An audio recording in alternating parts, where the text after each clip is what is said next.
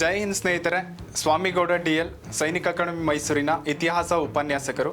So ಸ್ನೇಹಿತರೆ, ಕಳೆದ 1.5 ವರ್ಷದಿಂದ ಕರ್ನಾಟಕದಲ್ಲಿ ಯಾವುದೇ ರೀತಿಯ ಒಂದು ಹೊಸ ನೋಟಿಫಿಕೇಶನ್ಗಳಾಗಿಲ್ಲ. ಕಾರಣ ಏನಪ್ಪ ಅಂತಂದರೆ ಒಳ ಮೀಸಲಾತಿಯ ಒಂದು ಪ್ರೋಸೆಸ್ ಆಗ್ತಿದ್ದರಿಂದ ಸೊ ಯಾವುದೇ ಹೊಸ ನೋಟಿಫಿಕೇಶನ್ಗಳನ್ನ ಹೊರಡಿಸಿರಲಿಲ್ಲ. ಯಾವುದೇ ನೇಮಕಾತಿಗಳು ಕೂಡ ಕರ್ನಾಟಕದಲ್ಲಿ ಆಗ್ತಾ ಇರಲಿಲ್ಲ. ಆದರೆ ಇವಾಗ ಹೊಸ ನೇಮಕಾತಿಗಳ ಆದೇಶವನ್ನು ಅಂದರೆ ಅಧಿಸೂಚನೆಯನ್ನು ಹೊರಡಿಸೋದಕ್ಕೆ ನಮ್ಮ ಕರ್ನಾಟಕ ಸರ್ಕಾರ ಸಿದ್ಧವಾಗಿದೆ. ಅದೇ ರೀತಿ ಕೆಲವೊಂದು ಡಿಪಾರ್ಟ್ಮೆಂಟ್ಗಳಲ್ಲಿ KPSC ಡಿಪಾರ್ಟ್ಮೆಂಟ್ ಇರ್ಬೋದು, KEA ಡಿಪಾರ್ಟ್ಮೆಂಟ್ ಇರ್ಬೋದು, ವೆರಿ ಇಂಪಾರ್ಟೆಂಟ್ ಆಗಿ KSP ಡಿಪಾರ್ಟ್ಮೆಂಟಲ್ಲಿ ಹಲವಾರು ಹುದ್ದೆಗಳು ಖಾಲಿ ಇದ್ದಾವೆ. PC, CR, DR, ಸಿವಿಲ್ ಹಾಗೂ PSI ಹುದ್ದೆಗಳು ಕೂಡ ಖಾಲಿ ಇದ್ದಾವೆ. ಅದರಲ್ಲಿ ಈಗ ಸದ್ಯಕ್ಕೆ ನಿಮಗೆ PC ನೋಟಿಫಿಕೇಶನ್ ಆಗುವಂಥ ಸಾಧ್ಯತೆಗಳಿದ್ದಾವೆ ಅಂತ ಕಂಡು ಬರ್ತಾ ಇದೆ. ಸಿಕ್ಕಿದ್ದನ್ನು ಆಪರ್ಚುನಿಟಿಯನ್ನು ನಾವು ಯೂಸ್ ಮಾಡ್ಕೊಬೇಕು. ಯಾಕೆ ಅಂತಂದರೆ ಬುದ್ಧಿವಂತರು ಒಂದು ಮಾತನ್ನೇ ಹೇಳ್ತಾರೆ, ಅವಕಾಶಗಳು ಸಿಗದೇ ಇರೋಂಥದ್ದು ಸೋಲಲ್ಲ, ಆ ಸಿಕ್ಕಂಥ ಅವಕಾಶವನ್ನು ಯೂಸ್ ಮಾಡ್ಕೊಳ್ಳದೇ ಇರೋಂಥದ್ದು ಸೋಲು ಅಂತೇಳಿ. ನೀವು ಇಷ್ಟು ದಿನ ವೆಯ್ಟ್ ಮಾಡಿ ಓದಿದ್ದಕ್ಕೆ ನಿಮ್ಮ ಕಣ್ಣು ಮುಂದೆ ಹಲವಾರು ನೋಟಿಫಿಕೇಶನ್ಗಳಾಗ್ತದೆ. ಅದರಲ್ಲಿ ಎಸ್ಪೆಷಲಿ PCಯಲ್ಲೂ ಕೂಡ ಒಂದು ಸುಮಾರು 4,500ಕ್ಕಿಂತ ಹೆಚ್ಚು ಪೋಸ್ಟ್ಗಳು ಕಾಲ್ಫಾರ್ಮ್ ಆಗ್ತವೆ. PC ಪ್ಯಾಟರ್ನ್ ಯಾವ ಥರ ಇರುತ್ತಪ್ಪ ಅಂತಂದರೆ ನೀವು CAR ಬರೀರಿ, DR ಬರೀರಿ, ಜೊತೆಗೆ ಯಾವುದೇ ಒಂದು ಸಿವಿಲ್ ಪೊಲೀಸ್ ಎಕ್ಸಾಮ್ ಬರೆದ್ರೂ ಕೂಡ ನಿಮಗೆ ಒಂದೇ ರೀತಿ ಎಕ್ಸಾಮ್ ಪ್ಯಾಟರ್ನ್ ಇರ್ತದೆ. ಹಾಗಾಗಿ ಒಂದೇ ರೀತಿಯಲ್ಲಿ ಅಂದರೆ ಒಂದು GK ಸಬ್ಜೆಕ್ಟನ್ನು ನೀವು ಒಳ್ಳೆ ಸ್ಕೋರ್ ಮಾಡೋ ಲೆವೆಲ್ಗೆ ನೀವು ಪ್ರಿಪೇರ್ ಆಯಿತು ಅಂತಂದರೆ ನೀವೇನು ಮಾಡ್ಬೋದು, ಯಾವುದೇ ಒಂದು ಎಕ್ಸಾಮ್ ಅಂದರೆ ಯಾವುದೇ ವಿಭಾಗದಲ್ಲೂ ಕೂಡ ನೀವು ಸೆಲೆಕ್ಷನ್ ಆಗ್ಬೋದು. ಹಾಗಾಗಿ PC ಎಕ್ಸಾಮ್ಗೆ ಸಿಲೆಬಸ್ ಏನಿರುತ್ತೆ ಅಂತ ನಾವು ಒಂದು ಇದರಲ್ಲಿ ನೋಡೋದಾದರೆ ಸಿಲೆಬಸ್ ವೈಸ್ ಬರೋದಾದರೆ ಮೊದಲನೇದಾಗಿ ಇತಿಹಾಸ ಅಥವಾ ಹಿಸ್ಟ್ರಿ ಅಂತ ಕರಿತೀವಿ. ಅಂದರೆ 1.5 ವರ್ಷದ ಹಿಂದೆ ನಡೆದಂತಹ ಒಂದು ಜಾಬ್ ಅಂದರೆ CR DRನಲ್ಲಿ ಔಟ್ ಆಫ್ 100 ಕ್ವಶನ್ಸಲ್ಲಿ 26 ಕ್ವಶನ್ಸ್ ಹಿಸ್ಟ್ರಿ ಮೇಲೆ ಬಂದಿದೆ. ಹಾಗಾಗಿ ಇಲ್ಲಿ GK ವೆರಿ ಇಂಪಾರ್ಟೆಂಟ್ ಆದಂಥ ಸಬ್ಜೆಕ್ಟ್ಗಳಾಗಿರ್ತವೆ. ಇತಿಹಾಸನೂ ಕೂಡ ವೆರಿ ಇಂಪಾರ್ಟೆಂಟು. ಅದರಲ್ಲಿ ಮಾಡರ್ನ್ ಹಿಸ್ಟ್ರಿ ಬಗ್ಗೆ ಓದ್ತೀವಿ. ಮತ್ತು ಕರ್ನಾಟಕ ಹಿಸ್ಟ್ರಿ. ಯಾವುದೇ ಸಬ್ಜೆಕ್ಟ್ಗಳನ್ನು ಓದಿದ್ರೂ ಕೂಡ ಇಲ್ಲಿ ವೇಟೇಜ್ ಇರೋಂಥದ್ದು ಕರ್ನಾಟಕ ಹಿಸ್ಟ್ರಿಗೆ ಅತಿ ಹೆಚ್ಚಾಗಿ ವೇಟೇಜನ್ನು ಕೊಟ್ಟಿರ್ತಾರೆ. ಹಾಗಾಗಿ ಕರ್ನಾಟಕಕ್ಕೆ ಸಂಬಂಧಪಟ್ಟಂತೆ ಜಿಯೋಗ್ರಫಿನ ಓದ್ಕೋಬೇಕು, ಜೊತೆಗೆ ಹಿಸ್ಟ್ರಿಯನ್ನು ಕೂಡ ಓದ್ಕೋಬೇಕಾಗತ್ತೆ. ಹಾಗಾಗಿ ಇಲ್ಲಿ ನಿಮಗೆ ಇಂಡಿಯನ್ ಪಾಲಿಟಿ ಮೇಲೂ ಕೂಡ ಸುಮಾರು ಮಿನಿಮಮ್ 15+ ಕ್ವಶನ್ಸ್ಗಳು ಬರುವಂಥ ಸಾಧ್ಯತೆಗಳಿರುತ್ತೆ. ಕರ್ನಾಟಕ ಜಿಯೋಗ್ರಫಿ ಮತ್ತು ಇಂಡಿಯನ್ ಜಿಯೋಗ್ರಫಿ ವೆರಿ ಇಂಪಾರ್ಟೆಂಟ್ ಆಗಿರುತ್ತೆ. ಜೊತೆಗೆ ಇಂಡಿಯನ್ ಎಕಾನಮಿ ಆಲ್ಮೋಸ್ಟ್ ಎಲ್ಲರಿಗೂ ಗೊತ್ತಿರೋ ಥರನೇ ಅಪ್ಲೈಡ್ ಕ್ವಶನ್ಸ್ಗಳು ಬರುವಂಥ ಸಾಧ್ಯತೆಗಳು ಜಾಸ್ತಿ. ಈಗ ಅನ್ಎಂಪ್ಲಾಯ್ಮೆಂಟ್ ಇರ್ಬೋದು, ಅಂದರೆ ನಿರುದ್ಯೋಗ ಇರ್ಬೋದು, ಜೊತೆಗೆ GDP ಅಂದರೆ ಒಟ್ಟು ದೇಶೀಯ ಉತ್ಪನ್ನ ಅಂತ ಕರಿತೀವಿ. ನಮ್ಮ ದೇಶದ GDP ಯಾವುದು, GDPಯನ್ನು ವರ್ಷ ಕಂಟ್ರಿಗಳಿಗೆ ಯಾವುದು ಒಂದು ಡಿಪಾರ್ಟ್ಮೆಂಟ್ ಅನೌನ್ಸ್ಮೆಂಟ್ನ ಮಾಡುತ್ತೆ. ಈ ಬೇಸಿಸ್ ಮೇಲೆ ಕ್ವಶನ್ಸ್ಗಳನ್ನ ಕೇಳ್ತಾರೆ. ಜೊತೆಗೆ 5 ಇಯರ್ ಪ್ಲ್ಯಾನ್ಸ್ ಅಂದರೆ 5 ಪಂಚವಾರ್ಷಿಕ ಯೋಜನೆಗಳು. ಅಂದರೆ ನಮ್ಮ ಇಂಡಿಯಾ ದೇಶ ಅಂತಕ್ಕಂಥದ್ದು ಸ್ವತಂತ್ರ ಆದಮೇಲೆ ಏನು ಮಾಡುತ್ತೆ, 5 ವರ್ಷಗಳಿಗೆ ಒಂದೊಂದು ಡಿಪಾರ್ಟ್ಮೆಂಟನ್ನು ಅಭಿವೃದ್ಧಿಯನ್ನು ಮಾಡಬೇಕು, ಡೆವಲಪನ್ನು ಮಾಡಬೇಕು ಅಂತ ಹೇಳ್ಬಿಟ್ಟು ಯೋಜನೆಗಳನ್ನ ಹಾಕೊಳ್ಳುತ್ತೆ. ಹಾಗಾಗಿ ಆ ವಿಭಾಗಗಳನ್ನು ಡೆವಲಪನ್ನು ಮಾಡ್ಕೊಳ್ತಾ ಬರ್ತಾರೆ. ಈಗ ಫಾರ್ ಎಕ್ಸಾಂಪಲ್ ಫಸ್ಟ್ 5 ಇಯರ್ ಪ್ಲ್ಯಾನಲ್ಲಿ ಏನಕ್ಕೆ ಇಂಪಾರ್ಟೆನ್ಸನ್ನು ಕೊಟ್ಟರು ಅಥವಾ ಏನಕ್ಕೆ ಉದ್ದೇಶವಾಗಿತ್ತು ಅಥವಾ ಏನು ಉದ್ದೇಶವಾಗಿತ್ತು ಇದಕ್ಕೆ ಸಂಬಂಧಪಟ್ಟಂತೆ ಈಗ ಅಗ್ರಿಕಲ್ಚರ್ ಅಂದರೆ ಕೃಷಿಗೆ ಇಂಪಾರ್ಟೆನ್ಸನ್ನು ಕೊಡ್ತಾರೆ. ಯಾಕೆಂದರೆ ಫಸ್ಟ್ ಸ್ಟಾರ್ಟಿಂಗು ನಮ್ಮ ಇಂಡಿಯಾ ಸ್ವತಂತ್ರ ಆಗಿತ್ತು ಬಡ ಜನಗಳಿಗೆ, ಅಂದರೆ ಎಲ್ಲರೂ ಕೂಡ ಬೇರೆ ಅಂದರೆ ಪರಕೀಯರ ದಾಳಿಯಿಂದ ತುತ್ತಾಗಿದ್ರು ಇಷ್ಟು ದಿನ ತನಕ. ಇವಾಗ ತಾನೇ ಇಂಡಿಪೆಂಡೆನ್ಸ್ ಆದಮೇಲೆ ತಮ್ಮ ಹಸಿವನ್ನು ನೀಗಿಸ್ಕೊಳ್ಳೋದಕ್ಕೆ ಆಹಾರದ ಉತ್ಪಾದನೆ ಅತಿ ಇಂಪಾರ್ಟೆಂಟ್ ಆಗಿತ್ತು. ಹಾಗಾಗಿ ಆಹಾರದ ಉತ್ಪಾದನೆಗೋಸ್ಕರ ಕೃಷಿಗೆ ಅತಿ ಹೆಚ್ಚಿನ ಇಂಪಾರ್ಟೆನ್ಸನ್ನು ಕೊಡ್ತಾರೆ. ಇದೇ ಥರ 12 ಪಂಚವಾರ್ಷಿಕ ಯೋಜನೆಗಳು ಬರುತ್ತೆ. ಇದ್ರ ಬೇಸಿಸ್ ಮೇಲೆ ಕ್ವಶನ್ಸ್ ಇರುತ್ತೆ. ಇಷ್ಟು ಕಾನ್ಸೆಪ್ಟ್ಗಳನ್ನು ಹೊರತುಪಡಿಸಿದರೆ ಜೊತೆಗೆ RBI ಮೇಲೂ ಕೂಡ ಕ್ವಶನ್ಸ್ ಇರ್ತದೆ. ಇಷ್ಟು ಕ್ವಶನ್ಸ್ ಅಥವಾ ಇಷ್ಟು ಪೋರ್ಷನ್ಸ್ಗಳನ್ನ ಬಿಟ್ಟರೆ ಇನ್ನು ಉಳಿದಿದ್ದೆಲ್ಲ ನಿಮಗೆ ಅಪ್ಲೈಡ್ ಎಕಾನಮಿ ಮೇಲೆ ಕ್ವಶನ್ಸ್ ಇರುತ್ತೆ. ಇದ್ರ ಮೇಲೂ ಕೂಡ ನೀವು ಸಿದ್ಧತೆಯನ್ನು ನಡೆಸಬೇಕಾಗತ್ತೆ. ಜೊತೆಗೆ ನಿಮಗೆ ಸೈನ್ಸ್ ಜನರಲ್ ಸೈನ್ಸ್ ಬಗ್ಗೆನೂ ಕ್ವಶನ್ಸ್ ಇರುತ್ತೆ. ಅತಿ ಹೆಚ್ಚಾಗಿ ಇತ್ತೀಚಿನ ಒಂದು ಟ್ರೆಂಡ್ ಆಗಿಬಿಟ್ಟಿದೆ. ಯಾವ ಥರಪ್ಪ ಅಂತಂದರೆ ಈಗ ಒಂದು ಕ್ವಶನ್ಸ್ ಒಂದು ಕ್ವಶನನ್ನು ಕೊಟ್ಬಿಟ್ಟು ಈ ಹೇಳಿಕೆಗಳಲ್ಲಿ ಯಾವುದು ಸರಿ ಅಥವಾ ಈ ಹೇಳಿಕೆಗಳನ್ನು ಸಮರ್ಥಿಸಿ ಆನ್ಸರ್ ಮಾಡಿ ಅಂದರೆ ಉತ್ತರವನ್ನು ಬರೆಯಿರಿ ಅಂತ ಕ್ವಶನ್ಸ್ ಕೊಡ್ತಾರೆ. 4 ಸ್ಟೇಟ್ಮೆಂಟ್ಗಳಿರ್ತವೆ, 4 ಆನ್ಸರ್ಗಳು ಅಂದರೆ 4 ಹೇಳಿಕೆ ರೂಪದಲ್ಲಿ ಪ್ರಶ್ನೆಗಳಿರ್ತದೆ. ಅದ್ರ ಕೆಳಗಡೆ ನಿಮಗೆ 4 ಆಪ್ಷನ್ಸ್ಗಳಿರ್ತದೆ. ಆ ಥರ ಒಂದು ಸ್ಟೇಟ್ಮೆಂಟ್ ರೂಪದ ಕ್ವಶನ್ ಬರಬೇಕಾದ್ರೆ ನಮ್ಮ ತಯಾರಿನೂ ಕೂಡ ಅದೇ ಥರ ಇಂಪಾರ್ಟೆಂಟ್ ಆಗಿರುತ್ತೆ, ಅದೇ ಥರ ಮಾಡಬೇಕಾಗತ್ತೆ ನಾವು. ಹಾಗಾಗಿ ಎಲ್ಲರೂ ಕೂಡ ಅಪ್ಲೈಡ್ ಸೈನ್ಸ್ಗೆ ಜಾಸ್ತಿ ಇಂಪಾರ್ಟೆನ್ಸನ್ನು ಕೊಡಿ. ಅಂದರೆ ಈಗ ಸೈನ್ಸ್ ಅಂದರೆ ನಿಮ್ಮ ಜೀವನದಲ್ಲಿ ಅಂದರೆ ನಿತ್ಯ ಜೀವನದಲ್ಲಿ ವಿಜ್ಞಾನ ಅಂತ ಕರಿತೀವಿ. ಈಗ KM ಸುರೇಶ್ ಸರ್ ಉತ್ತಮವಾದಂಥ ಒಂದು ಪುಸ್ತಕವನ್ನು ಬರೆದಿದ್ದಾರೆ. ಆ ಥರ ಒಂದು ಪುಸ್ತಕಗಳನ್ನ ಓದುವುದರ ಮೂಲಕ ನೀವೇನು ಮಾಡ್ಬೋದು, ನಾಲೆಡ್ಜನ್ನು ಗೇನ್ ಮಾಡ್ಕೋಬೋದು. ಜೊತೆಗೆ ಇಂಥ ಒಂದು ಎಕ್ಸಾಮ್ಗಳನ್ನು ಕ್ರ್ಯಾಕ್ ಮಾಡ್ಬೋದು. ಸೊ ಅದೇ ಥರ ನಿಮಗೆ ಕರೆಂಟ್ ಅಫೇರ್ಸ್ ರಿಲೇಟೆಡು ಕರ್ನಾಟಕಕ್ಕೆ ಅತಿ ಹೆಚ್ಚಿನ ಇಂಪಾರ್ಟೆನ್ಸನ್ನು ಕೊಡಬೇಕಾಗುತ್ತೆ.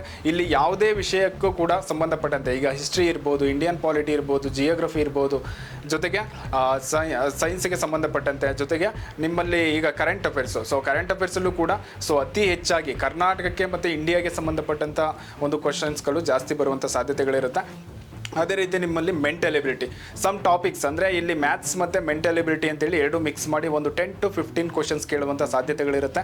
ಸೊ ಇದರಲ್ಲಿ ನಿಮಗೆ PhD ಮಾಡೋ ಲೆವೆಲಿಗೆ ಓದಬೇಕಾದಂಥ ಅವಶ್ಯಕತೆ ಇಲ್ಲ. ಪ್ರೀವಿಯಸ್ ಇಯರ್ ಕ್ವಶನ್ ಪೇಪರ್ಗಳನ್ನ ಸಾಲ್ವ್ ಮಾಡ್ತು ಅಂತಂದರೆ ಒಂದು 10 to 15 ಇಯರ್ಸ್ ಕ್ವಶನ್ ಪೇಪರ್ಗಳನ್ನ ಸಾಲ್ವ್ ಮಾಡಿದ್ರೆ ಯಾವ ಟಾಪಿಕ್ಸ್ ಮೇಲೆ ಯಾವ ಬೇಸಿಸ್ ಮೇಲೆ ಕ್ವಶನ್ಸ್ಗಳನ್ನ ಅಂದರೆ ತೆಗೆದಿದ್ದಾರೆ ಅಂತ ಗೊತ್ತಾಗುತ್ತೆ ನಿಮಗೆ. ಆ ಪೋರ್ಷನ್ಸ್ಗಳನ್ನ ಒಂದು 15 to 20 ಟಾಪಿಕ್ಗಳನ್ನ ಕಲ್ತ್ಕೊಳ್ತು ಅಂತಂದರೆ ಸೊ ನೀವು ಆರಾಮಾಗಿ ಪ್ರಿಪೇರ್ ಆಗ್ಬೋದು.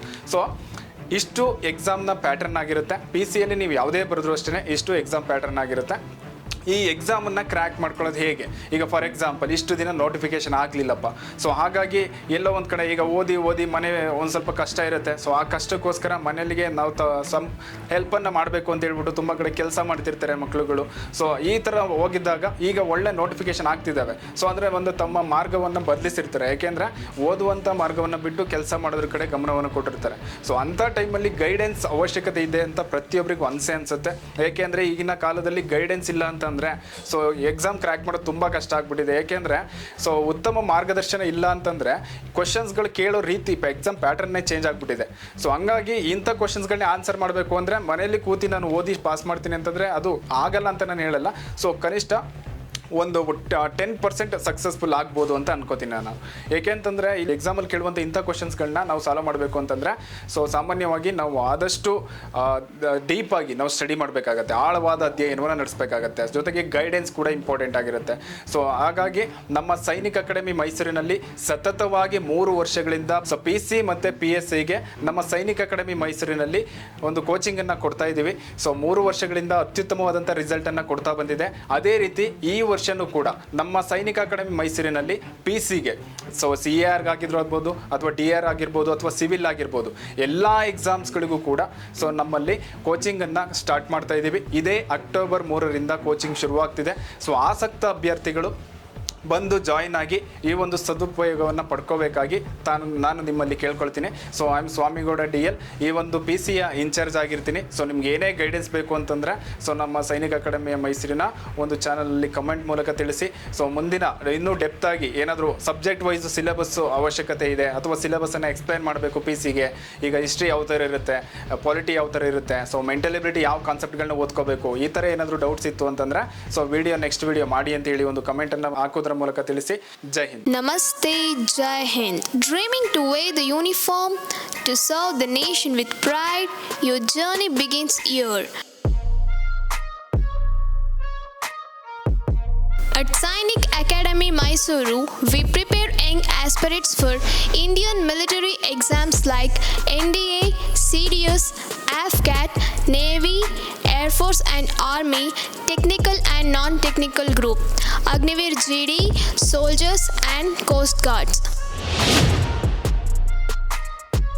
Paramilitaries like SSC, CPO, Central Armed Police Forces, which includes BSF, CISF, CRPF, Assam Rifle, ITBP, SSF, NIA, Delhi Police, RPF, CGL, CHSL, RRB, MTS, SSP, State Police, Forest Guard and Fire Brigades, PC, PSI and more.